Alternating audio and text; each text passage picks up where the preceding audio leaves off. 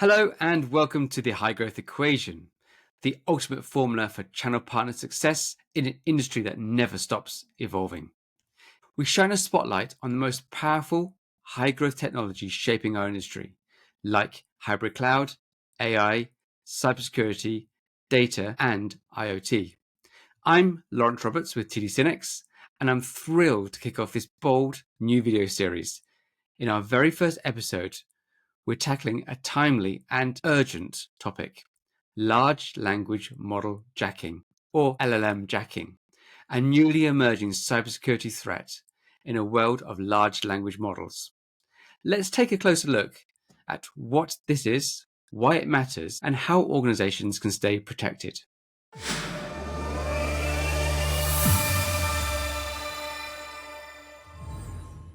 Today, I'm joined by Matt Bingaman, and we're going to look at LLM jacking and LLM jailbreaking. We're going to explore both these topics, explain the differences between the two. Matt, thank you very much for joining us. Perhaps you'd just like to do a quick introduction of yourself and your role here within TD SYNNEX. And thank you for allowing me to join today. My name is Matt Bingaman. I am a security solutions architect here at TD SYNNEX and also acting as an AI security champion for Destination AI. Wonderful, wonderful. So, Matt, as we dive into the topic of LLM jacking, I guess it's important that we explain the basics. Could you start by explaining what LLM jacking is and how it compares and is perhaps different to LLM jailbreaking? Of course. So starting off with LLM jacking, this is a specific type of attack where the threat actor or attacker gains unauthorized access to the LLM or the AI assistant, as it were, to start doing things that it wasn't intended to do. That could mean creating harmful software, malware, things like that. It could be to spread disinformation by creating new content. It could be, working towards developing new ransomware variants, or just straight up data theft and creating a data breach. So that's what we traditionally refer to as LLM jacking. Now, LLM jailbreaking is different in that jailbreaking is where a individual uses prompts or vulnerabilities within LLMs or AI assistants to bypass the security of those resources and either gain access to the inner workings of the LLM or the assistant, or make it do things it was never intended to do. So it sounds like these attackers, these bad actors, are looking for the weak spots like they do with any system. So there's various vulnerabilities that attackers typically exploit. So in a summary, what do you think they are then? How would you summarize that for a partner to sort of get their head around so that they could explain it to their customers?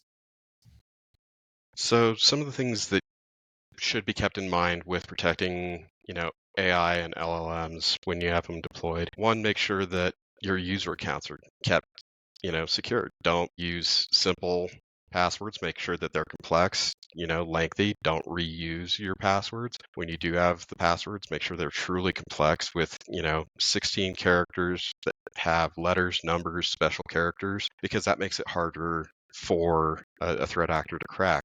The other things you can start doing to help safeguard AI and LLMs is making sure you have consulted services, such as what we have with TD SYNNEX with our Service Solve divisions, where you can be advised on the best way to implement and secure AI right from the start with the LLMs. Make sure you're designing your AI and LLM with security in mind right from the start. Don't just run at AI and LLM and think, oh, I can bolt security on at the end or after we've launched it. You can do it, but it's not going to be nearly as good as from the start, right? Another couple of things is, implement methods to have tools available to detect like malicious prompts. So if that threat actor puts that prompt into your AI assistant saying, hey, where's your training data located? How did you source your training data? There's solutions out there from F5 and others that can look at that prompt and say, hey, that shouldn't be allowed. Don't return anything, right? You can also implement tools to monitor the user actions. So let's say the threat actor did steal somebody's account information and they're posing as them. You could use software solutions and other solutions to identify that their behavior isn't normal and that it should be flagged and investigated. And finally, make sure that you do provide training on responsible AI use. I know here at TD SYNNEX, we have entire programs and training courses dedicated to making sure that all of our employees and partners are using AI responsibly. I think that's a great point. Absolutely. As with many cybersecurity factors, it starts with having great awareness within the teams that are in the organization. Otherwise, even the best tools in the world become pointless if you haven't got the right people and right hygiene behind it. I've also heard, Matt, that with LLMs, it's important to ring fence the data as well, so that the LLM hasn't got access to privileged data, like the CEO's data isn't available to somebody else in the organization. Absolutely. And again, when it comes to making sure that we have those solutions in place to look at the training data and filter it and make sure that it's been sanitized so that it doesn't have any of that PII or personally identifiable information that can get back to a potential user. That's a critical step. There have been cases in the past all over the world where an AI agent was used, one, to get somebody's phone number, like a CFO. Wow. They were able to get the CFO's personal phone number. They were then able to call the CFO's phone line. And when they got to their voicemail, they just recorded that CFO's voice. And then they made a deep fake of the CFO's voice. Then they cloned it, used Gen AI again to go into Teams, posing as the CFO, and got someone to send a wire transfer. Wow. Now that's in depth. That's commitment as well. Wow. I mean, what we're seeing is the LLMs themselves, the Gen AI tools and things, they are in such a rapid rate of evolution that they're constantly changing. And of course, the threat landscape is changing as well. So it's like for our partners, everything around them is changing and evolving. So, looking ahead, how do you anticipate LLM jacking and jailbreaking changing in the coming years? What do you think is going to happen around this topic? So you're absolutely right. When it comes to Gen AI and LLMs, it's constantly evolving, constantly advancing. We're seeing new types of prompt injection attacks almost every 2 weeks, it seems like. So when we're looking at the future of AI, Gen AI, and these tools to help improve things, we have to understand that just like any tool, AI and LLMs can be used for both good and bad. And we're already seeing both good actions with AI and LLMs, as well as, the threat actors using them. So the things that we need to take consideration of is, hey, we need to think about the responsible use.